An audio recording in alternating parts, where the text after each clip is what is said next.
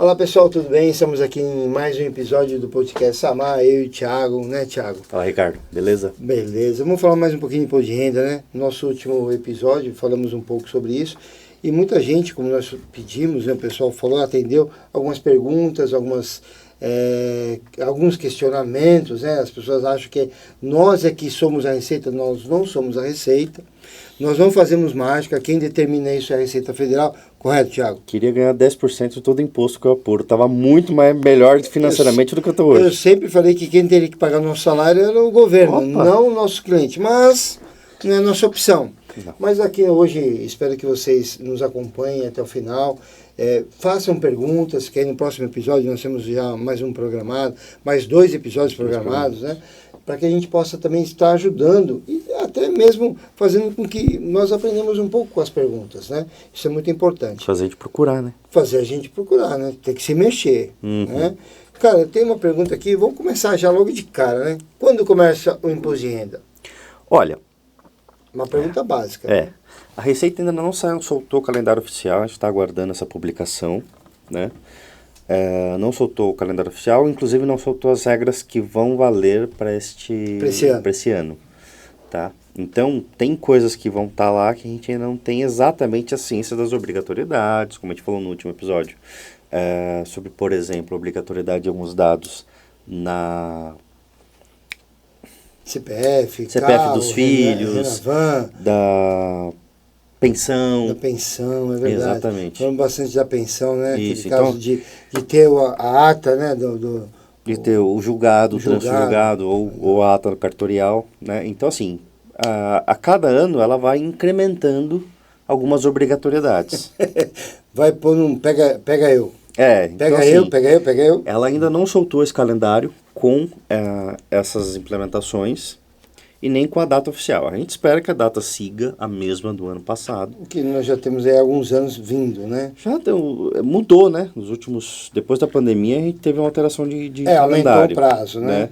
Então, Mas o começo sempre era a primeira quinzena de março, né? Sempre começou no primeiro dia de março até o último dia de abril. Mas o programa nunca estava de acordo ainda nos primeiros dias, né? No primeiro dia, antigamente, você tinha alguns problemas ali na primeira semana. Atualização, Agora às não. vezes, né? Hoje não.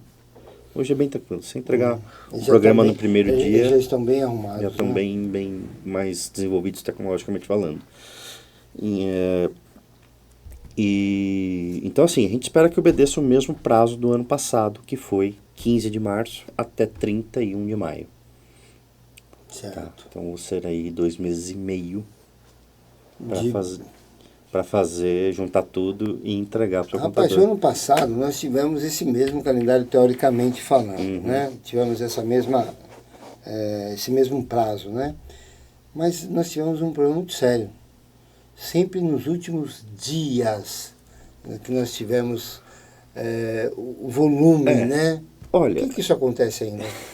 Será que é falta de informação ou é o pessoal preocupação achando que vai mudar alguma coisa pro final? Não, o pessoal acaba deixando mesmo, vai ouvindo notícia, porque esse assunto acaba sendo amplamente divulgado, né? Sim. Todos os sites Não de somos só nós, notícia, né? exatamente.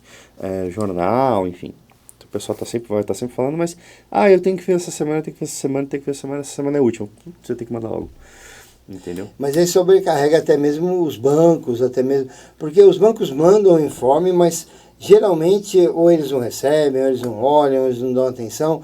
Aí depois o contador que a gente vai lá cobrar, eles vão ficar pedindo, o banco acaba demorando para mandar, acaba criando toda aquela dificuldade, né, cara, que a gente sempre tem, né?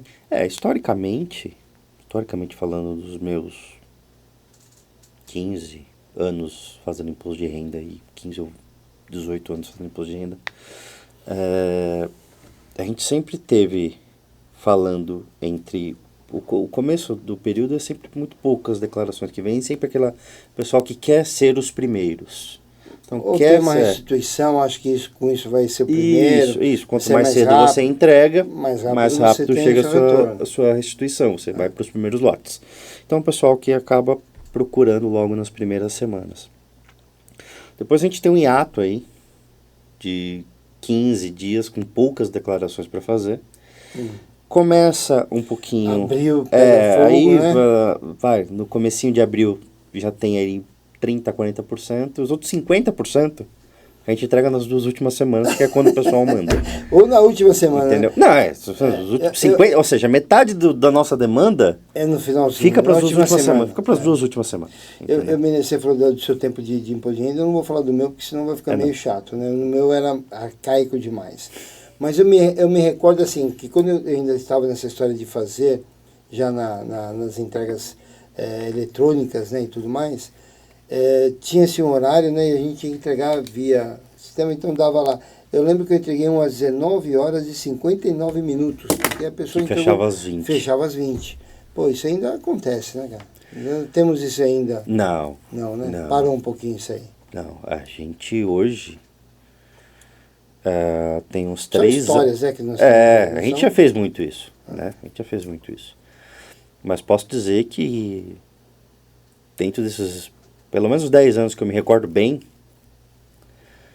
no último dia eu entregava só aquilo que realmente, olha, tá faltando um documento, não sei o quê, entrega do jeito que tá, depois a gente retifica.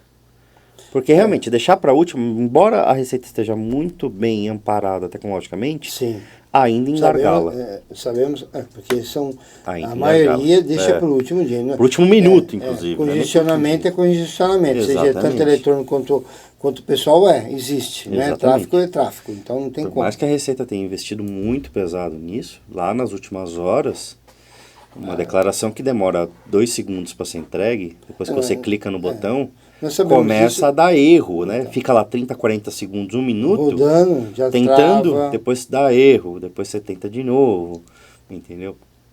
E isso o tempo vai passando. E ela não vai... olha, deu... Porque travou, eu vou te dar mais 10 minutos. Vou te dar mais 10 minutos, não. Não tem prorrogação, é pau. Fechou 11h59, acabou. Hoje é 11h59. Esse tipo de juiz é bom, né? Que ele terminou no tempo certo. Sim. Não importa se alguém fez cera ou não fez cera, aquele tempo e acabou. Não tem prorrogação. Mesmo em pandemia, mesmo em tudo... Sempre foi o prazo, o horário. Foi o prazo, a data determinada não tinha uma vez que foi colocada a data, o horário acabou. Não teve. Então, assim, quando viu que tinha pandemia, que houve dificuldades, que teve toda aquela situação... Jogou um mês pra frente. Jogou um mês pra frente, logo no começo. Vai dar problema, não tem problema, dou mais um mês. Mas isso... Isso não mudou, né? Ficou desde lá da pandemia, que tínhamos em maio aí, no calendário. No primeiro ano de pandemia foi até junho. Junho, né? Verdade. Depois eles trouxeram para maio. Recordava. Mas no primeiro ano de pandemia, quando foi, acho que foi 19... 20. Primeiro ano de pandemia foi 20. Foi 2019. Mas março entrega... 19. Então, mas entrega não. A gente fez 18, foi o primeiro ano de pandemia. Março 20, que é entrega 19.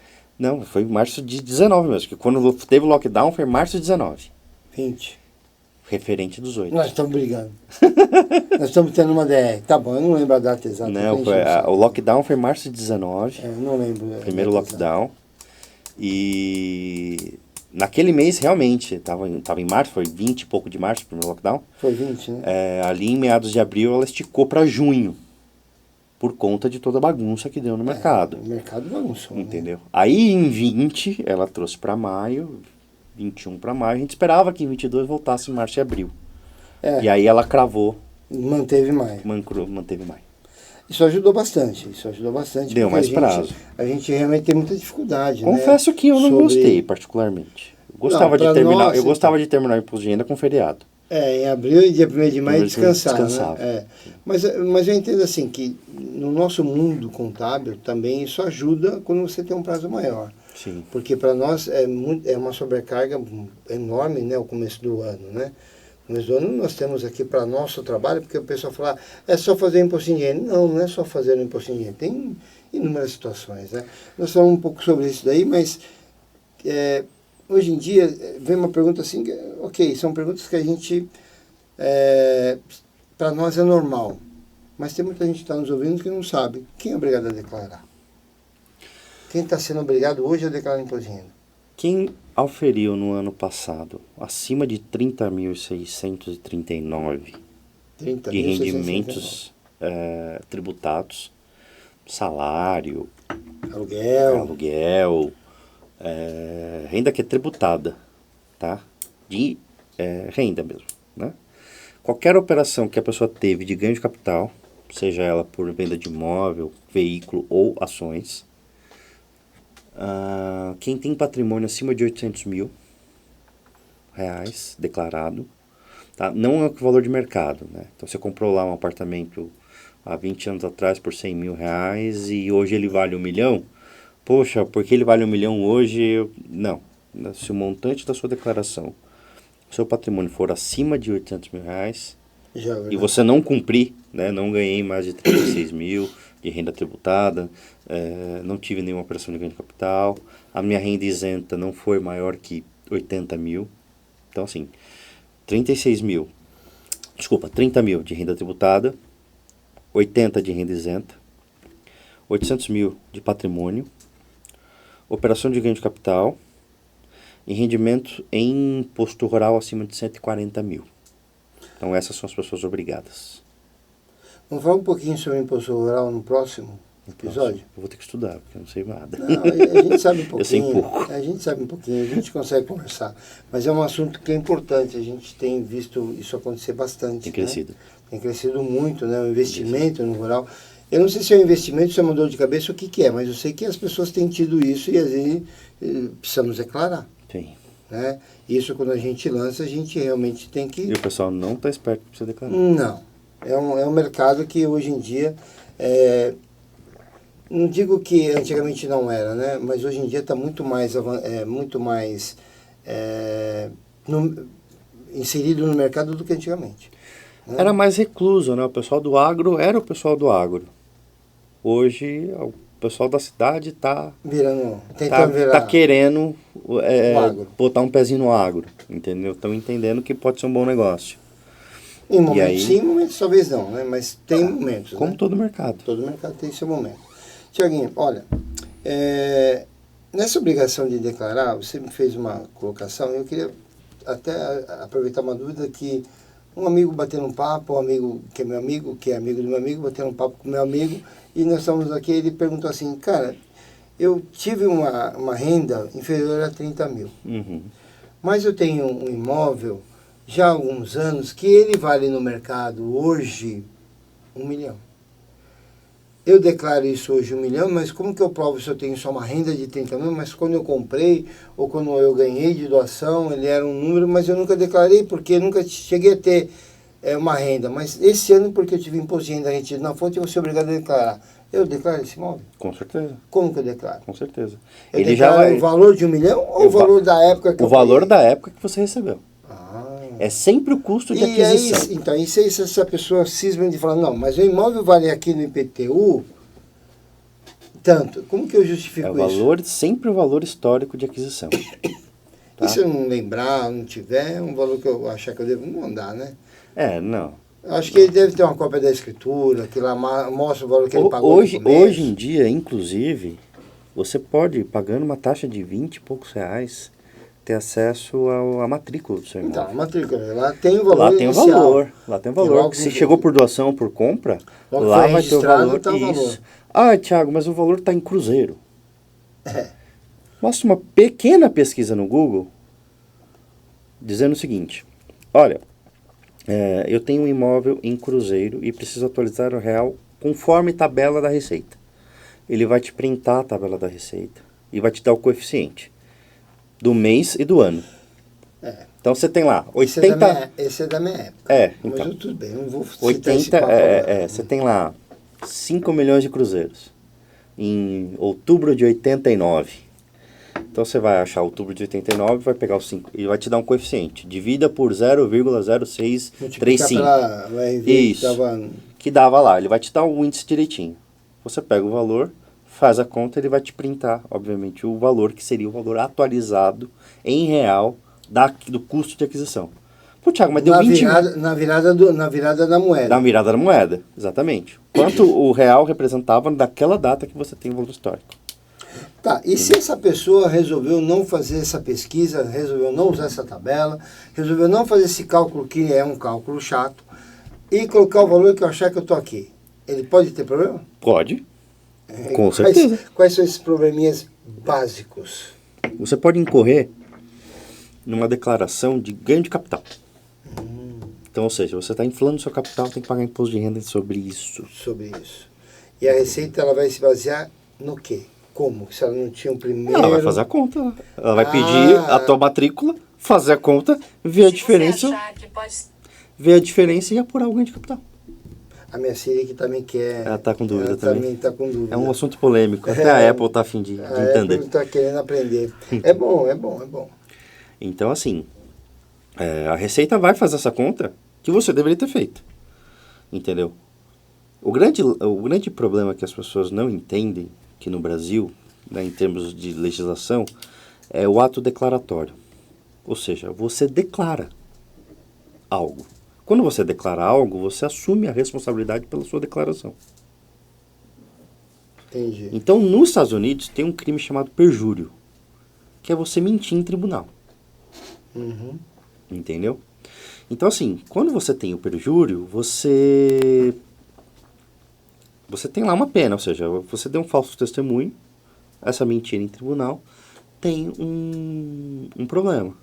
Aqui você não tem um ato criminal, mas a sua declaração, o seu ato de declarar, gera responsabilização. Você acaba se denunciando. Entendeu? Gera responsabilização e você tem que arcar com isso. Por isso que a Receita te dá a opção de você retificar a sua declaração.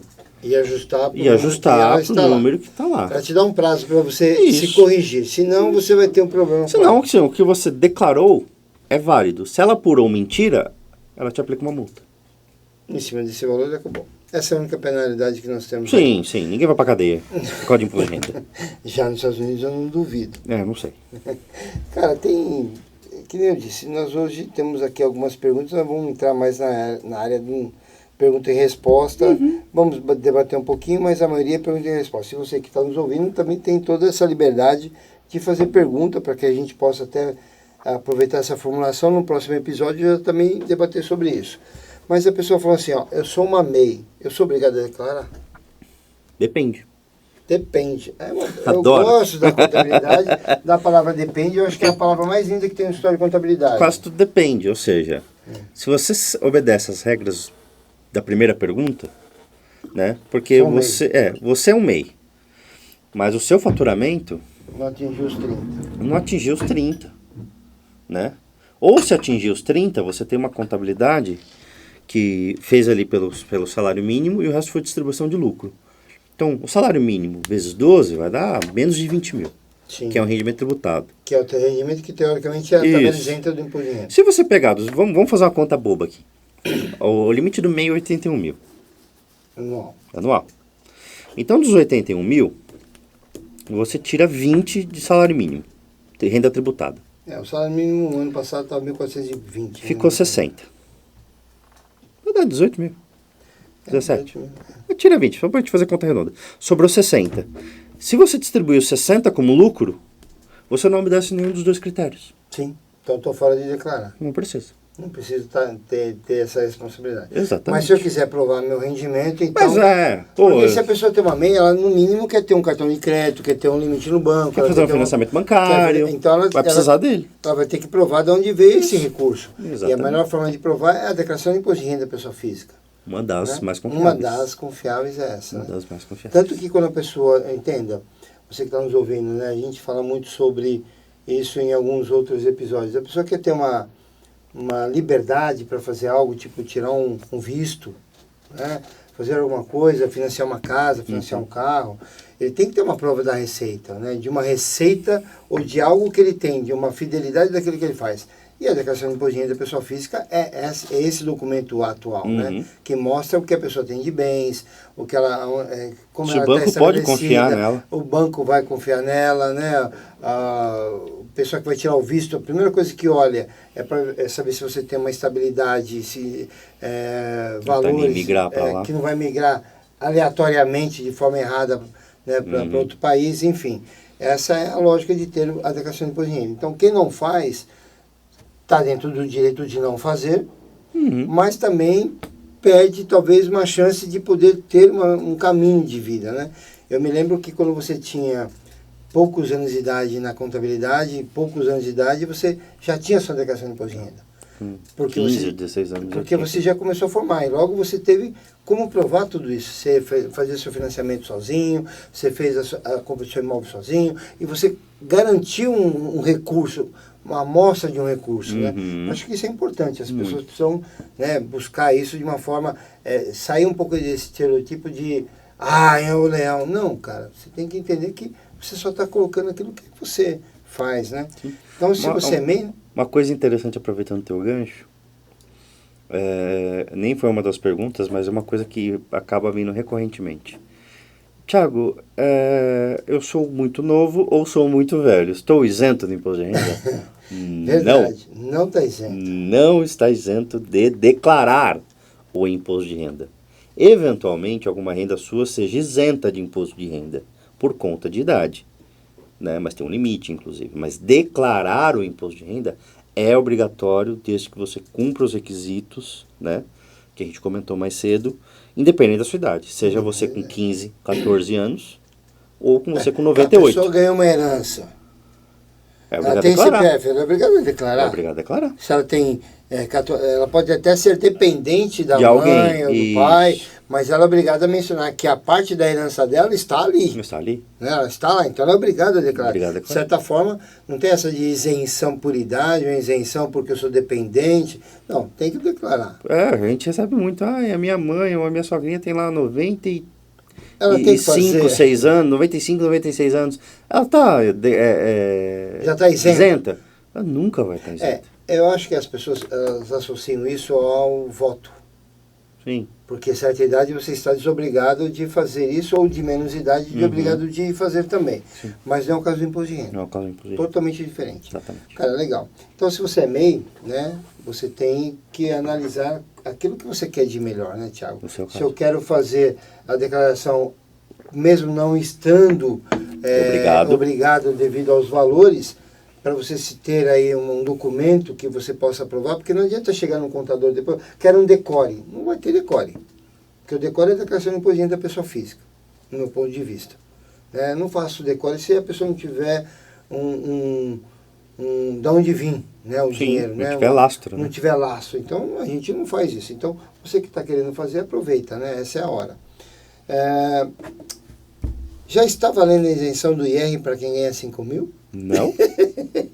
Puxa vida, essa pergunta, cara, ela é muito... Campeã de... É campeã, cara. Campeã. Nossa, tudo bem, o pessoal a mídia é um negócio fantástico. Eu acho que faz isso, é isso que faz a gente movimentar até a nossa empresa, as informações que nós estamos prestando. Mas, cara, por que não é claro, né? Quando saiu essa história dos 5 mil? Na verdade, essa é promessa de campanha que ainda não aconteceu. Entendeu? Ou seja, isso tem que passar por Câmara dos Deputados, por Senado, volta.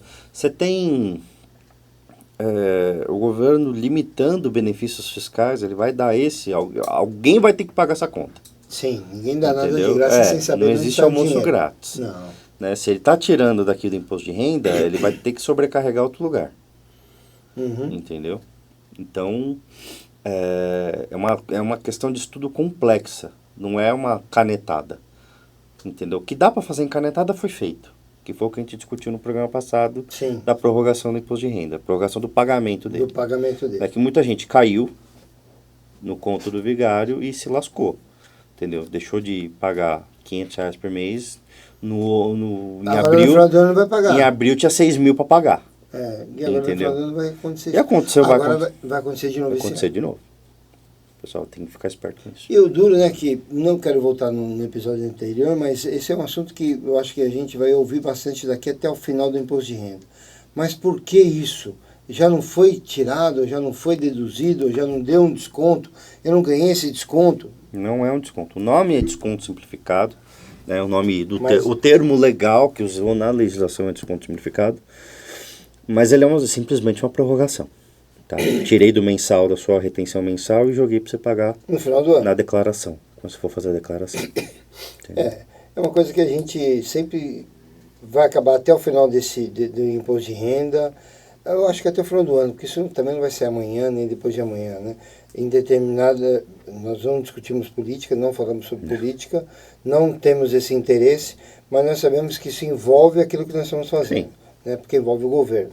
Mas esse número aqui não existe agora. Isso aqui, por enquanto, é só uma promessa. Sim. Que ainda não está sendo... Está sendo votado, enfim, está em discussão na Câmara, ainda vai ter um caminho ainda, deveras longo, até que se chegue a algum veredito. Cara, tem uma aqui que todo ano a gente ouve falar. Tenho que declarar criptomoedas ou o investimento, qualquer tipo de investimento? Olha, com certeza. Que vai gravar criptomoeda? Com certeza. Tá? Com certeza você tem que declarar criptomoeda. E o mais legal é que, de fato, a receita de todos os entes legais, ele é o que se atualiza mais rápido. Sim. Isso em questão de imposto de renda, é rápido, fantástico. Né, fantástico. Eles têm uma máquina fantástica. Eles são, pelo menos assim, do ponto de vista da gente se organizar, fica mais fácil. Então, há 4, 5 anos atrás, esse era um tema que você não tinha um campo específico para declarar. Então você declarava em outros investimentos. A partir de um certo momento, você tem um campo de criptomoeda. Olha, tem lá criptoativo. Entendeu? Hoje em dia, além do criptoativo, você tem o tipo do criptoativo. Então, se é Ethereum, se é o Sol, se é Bitcoin, entendeu? Não importa qual criptomoeda. E como que é feito essa declaração? Essa declaração é feita da seguinte maneira: você vai por custo médio. Entendeu? Ou seja, toda aquisição que você faz, você vai juntando ela, e todo investimento que você faz em real tem que estar lá colocado. Então, se em janeiro você investiu R$1.000 em 10 criptomoedas, em fevereiro você investiu mais 5 nas mesmas 10, ou seja, o preço dela aumentou. Aumentou, mas ela... aumentou. Eu tenho 10. Você tem 20 agora. 20, né? 10 mais... Qual que é o preço médio? Eu investi R$6.000 para ter 20 criptomoedas, independente de qual seja. Entendeu? Isso é um custo médio. Aí você faz o custo médio, divide 6.000 por 20. Entendeu? Mas aqui eu tinha lucro, né? Aqui você só tem lucro quando você vende elas. Isso é um ponto importante.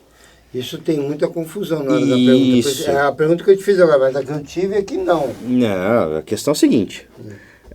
Eu coloquei, ou seja, eu tenho 20 criptomoedas que valem 6.000, que eu investi 6.000. E de repente eu vou lá e vendo essas 20 criptomoedas por 10.000. Eu ganhei 4. Entendi. 6 que eu investi, para os 10 eu ganhei 4. Sobre esses 4 eu pago 15% de ganho de capital, não é nem imposto de renda. Ganho de capital. É ganho de capital. É porque é um bem, né? A criptomoeda é um bem adquirido. Né? Exatamente. Como se eu pagasse. E o investimento? O investimento em ações é parecido.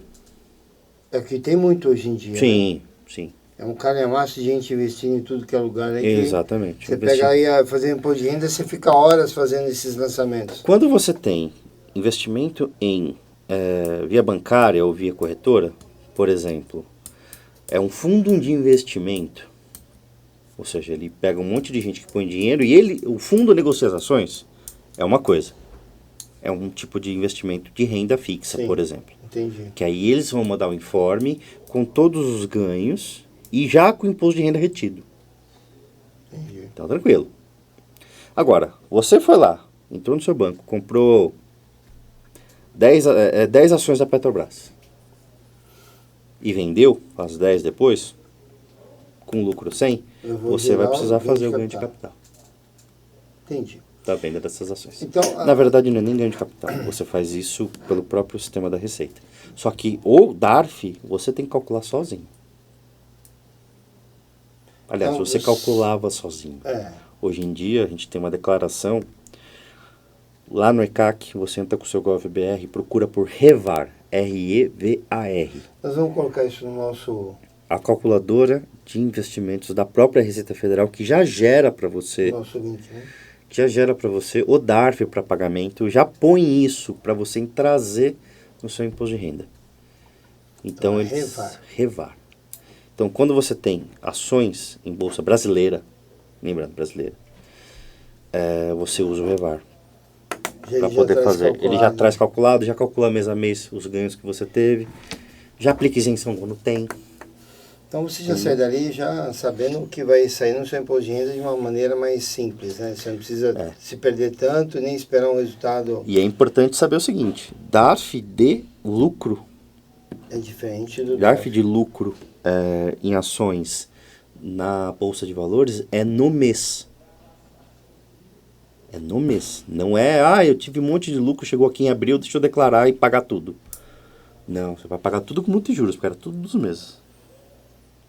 Tinha essa mania, né, de deixar para virada e pagar e falar, não, vou pagar e ainda vou dividir. Não é bem assim, Não é né? bem assim. Vai dar problema dar se problema. a pessoa tem que pensar em fazer dessa forma esse ano. Exatamente. Tem... vira e mexe, né? A gente recebe perguntas sobre venda de imóvel falando do ganho de capital. Uhum. A pergunta que veio para mim foi assim, ó, eu vendi um imóvel, um único imóvel que eu tenho. Quanto eu vou pagar de imposto? Depende. Se é o único imóvel, depende. Se tiver mais de um, nós precisamos também entender isso. Se for o único imóvel e essa venda for até 440 mil... Se for um único imóvel. O único imóvel. E eu vendi, eu tenho lá, Você só tem tenho um apartamento que vale 300. 300. Eu vendi. Vendeu. Ok? Neste caso, você é isento de imposto se você não fez essa operação nos últimos 5 anos. Agora, se eu vender por 550, Aí você vai pagar. sobre a diferença dos 440. Não. Não. Você vai pagar a regra normal. Quanto comprou, quanto vendeu. Quanto eu comprei, poxa, eu não podia ter utilizado então. Então, vou sempre falar que é 440. Não dá, né? Porque como que vai declarar o outro lado? Exatamente. Não dá para você fugir da regra. Na hora que for para conta bancária... Vai cair o valor, eu vou ter que declarar, vai ter que falar. Sai mais caro. Tá mais Porque caro. aqui é 15%, a conta bancária é 27,5%. Então é melhor eu pensar e ir pelo ganho de capital também. Sim. Então, voltando aqui para a gente deixar isso bem explicadinho, né? Porque eu acabei te interrompendo, cortei você algumas vezes. Eu tenho um único imóvel, digamos que esse apartamento ele é 300 mil. Uhum. Eu vendi para o Thiago um apartamento de 300 mil, é o único que eu tenho, eu não vou pagar imposto. E o Thiago, como que ele vai provar esse dinheiro? Isso é problema do imposto de renda dele. Problema do imposto de renda dele. Eu não tenho que ficar me preocupando com o Thiago. E se o Thiago falar assim, não, passa por 100, também não dá. Porque aí você vai ter um problema no seu imposto de renda. Porque eu vou receber mais do que o valor que é os meus 300. Exatamente. Tá. E se então eu tenho, então esse meu apartamento, pelo que eu entendi, eu posso, se ele valorizou, chegar até os 440 mil, eu estou dentro do valor que eu vou pagar. Não, eu não vou pagar, eu vou ficar isento. Se eu passei 441, eu vou pagar sobre esse R$1. Não, sobre 440. Sobre os 440. Então eu vou pagar sobre do que eu comprei. Eu paguei neles 200, vendi ele por 300, eu não vou ter que pagar imposto. Mas se eu... Perdão. Se eu comprei ele por 200 e vendi por 441... Vai ter que pagar sobre 241. Vou pagar a diferença. Os 15% sobre isso. Sobre 241 e não sobre 1.000. É claro que ele vai entrar naquela tabela de que nós falamos no primeiro episódio de uma isenção. De uma regressão de valor, dependendo do tanto de tempo que você tem ele. Às vezes de algo que eu fiz de melhoria. Exatamente. Se você comprar outro em 180 dias e não tenha feito essa operação nos últimos 5 anos, vai isentar completamente. Entendeu? Mas tem que usar todo o valor. Entendeu? Cara, eu acabei de receber uma pergunta. Eu respondi, eu perguntei para você no primeiro episódio, mas eu vou fazer uma pergunta agora porque eu perguntei sobre convênio médico. Uhum. Ok? Você falou do de PET, né? De PET, convênio médico de PET. Agora, assim, despesas médicas com PET. Dá na mesma. Não dá também, né? Não dá. Porque não é filho, é só o seu PET. É só o seu PET. Então aí eu não tenho como deduzir, então. Não. Rapaz, Médico é médico, veterinário é veterinário. São faculdades diferentes. Mas trata. Desculpa, pessoal do PET. Não, eu sei, a gente brinca, deu risada. Eu sei que eu sacaneei agora. Então, não, a gente brinca, deu risada aqui, pessoal, mas aqui não é sacaneando o pessoal do PET. Tô brincando só. O que acontece? Essa é uma pergunta muito recorrente para nós, a gente brinca e tal, mas a gente sabe que tem um gasto muito grande com os seus pets, né? Eu sei disso porque tínhamos uma cachorra, Sim. né? Um poodle, e eu sei o quanto nós gastávamos com o poodle, né? Papagaio. O papagaio, né? Então eu sei que isso e é o carinho que nós tínhamos, então Sim. a gente não ia deixar de tratar Sim. pelo valor, porque já que você cuida, você tem que tratar muito bem. Sim. Vira parte da família mesmo. Vira parte da família. Então, a pessoa fala porque realmente é um dinheiro que se gasta e que até poderia ter um retorno, porque de certa forma, como se tem todo um clima de É que o pessoal não entende. familiar. Quando a gente fala de isenção de imposto, principalmente dedução de imposto de renda, é aquilo que o governo se compromete a dar e você recorre ao particular. Essa é a analogia. Então, assim, o governo te dá escola, mas você recorre a um colégio particular. Ele deveria te dar universidades, você recorre a uma universidade particular. Ele deveria te dar saúde, você Como ele recorre. sabe que ele não dá, então ele te dê Quando a você opção. recorre ao particular, o teu imposto não está subsidiando o teu uso do bem público. Porque você não tem de Então ele acordo te adequado, retorna uma alimento. parte disso. Ou seja, você está pagando imposto de renda, mas está pagando o seu próprio médico, está pagando a escola para os seus filhos, ou a tua própria formação. Coisa que eu poderia te dar, você poderia estar usando a máquina pública. Mas como você não está usando, eu vou te retornar a parte que eu destinaria Para você. você nessa fatia. Entendi. Entendeu? Então, assim, a única coisa que a gente também, infelizmente no Brasil, gasta, mas não teria retorno, seria com segurança. O resto, ele te retorna. Saúde, educação. A parte do pet a gente não pode aqui discriminar quem tem ou quem não Sim, tem, mas pessoal, infelizmente a gente só brincou. Porque Só brincou com questão de imposto de renda. Porque nós ouvimos muito isso, né? E é uma indignação viável, porque até convênio médico já tem para pet. Emocional, é uma indignação emocional. Então Mas o se governo, torna, o governo não ainda- assegura cuidar do seu pet. que Entendeu? coisa. Quem sabe um dia, né? Existem algumas propostas já para de Até por causa do hospital, convênio, dos de hospital hospitais, veterinário público. Uhum. Mas ainda não entrou em questão de legislação de imposto de renda. Então isso ainda não entra. Sim. Bom, voltando só um pouquinho na relação de investimentos, como que a gente deve declarar essas ações? Essas ações... Falamos um pouquinho, mas eu acabei te cortando e eu acabei não perguntando sobre isso, cara. As ações, você vai declarar elas por ação, né? Ação Por ação. papel. Né? Então, se eu tenho 2.000 papéis da... X não sei o quê... Deixa eu citar, da Petro 3 é uma linha. Eu vou ter outras da Petro 4, é outra linha. Então, cada uma é uma linha... Mesmo que o CNPJ principal seja o lá mesmo, sim, mas você investimento, tem ações que são separadas. diferentes, são preferenciais ou ordinárias, de grupos diferentes, em que você tem que declarar uma a uma, até porque cada uma delas vai ter a sua forma de ganho, sua renda. custo variável e preço médio diferenciados. Então, a Petro 3 tem um valor, a Petro 4 tem outro. Então não compõe o custo médio. E também tem aquela história, né, de conservador, não conservador, aquela que Quem é conservador não vai para ação. Porque existe um risco. Vai para lá, para um CDB, para alguma coisa com liquidez fácil e com rentabilidade mais baixa. O mercado de ações ele é um mercado mais arriscado, mas com rentabilidades mais altas.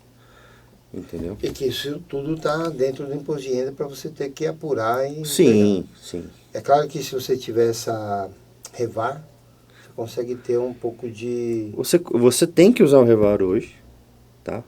Ele tá obrigado. Para quem tem mais de, acho que R$2.000 reais em ações, tá? E quem tem menos não tá nem obrigado a declarar. Nem tá obrigado a declarar. Não precisa nem mostrar as ações quem tem menos de R$2.000 reais. Então, para quem tem mais de R$2.000 reais, tem que usar o Revar para fazer os cálculos, entendeu? Então, se você só está acumulando ação também, não tem necessidade de usar o Revar, entendeu? Mas é bom até ter lá para se fazer composição de custo médio já declarado para a Receita. Eu acredito que a gente possa também elucidar um pouquinho mais sobre alguns assuntos, né? Principalmente a gente pode abordar um pouquinho mais no próximo episódio, já para não deixarmos o nosso episódio muito longo, né? Porque nós vamos fazer 4 episódios, né? Sim. Nos destinamos a isso, esse é o segundo. Então eu quero convidar vocês, né, que estão nos ouvindo, né, participando desse podcast, que façam mais perguntas, né? Nós brincamos aqui, desculpa até a brincadeira, mas é uma coisa que a gente viveu. Né? Eu também queria te contar o que eu gastei com a minha cachorra, né? com a minha cachorra. Você tem a questão do emocional. Essa questão emocional do pet. Houve enterro. Enterro. Né? Houve enterro, houve despesa com a UTI dela. Então, eu gastei como se fosse uma pessoa. Por exemplo, despesa de enterro não entra, não são dedutíveis. Nem a parte... Nada. Só a parte hospitalar. Olha só. Entendeu? Casa de repouso é dedutível? Não. Não é casa de repouso, também não é dedutível. Não é dedutível. Isso eu já percebi também. Farmácia não é dedutível. Então tem gente que tem lá um idoso em casa que gasta 2, 3 mil reais de remédio por mês. E uma casa de repouso é 6 mil reais por mês, Sim, no mínimo. No mínimo. É zero de retorno disso da parte da Receita Federal. Eu acho que a gente precisava rever, né, algumas coisas no mundo, mas enfim, não é o nosso caso agora, nós não podemos fazer isso. Né? Não temos essa caneta na mão, mas temos a caneta para poder tirar dúvida. Sim. Né? Então eu convido vocês, pessoal, para no próximo episódio, né, estar participando conosco de novo, mandando aí suas perguntas, suas dúvidas, né? Nós vamos tentar buscar informações melhores sobre até esse início do imposto de renda, que ainda não está definido, algumas regras, né? Ainda não soltaram o calendário oficial. Nós não temos ainda uma definição. Esperamos que no próximo episódio já tenhamos isso, que será na próxima quinta-feira. Então você fique aí ligado que na próxima quinta-feira teremos mais um episódio do nosso podcast Samar sobre imposto de renda, eu e o Thiago. E esperamos as perguntas. Né? E se você tiver alguma dúvida que queira conversar, é só entrar em contato conosco, que a gente vai estar aqui à disposição para dar maiores informações. Maravilha. Thiago, obrigado mais uma vez. Vamos para o próximo. Vamos, até semana que vem, gente. Até semana que vem, se Deus quiser. Até mais, pessoal. Fiquem com Deus. Tchau.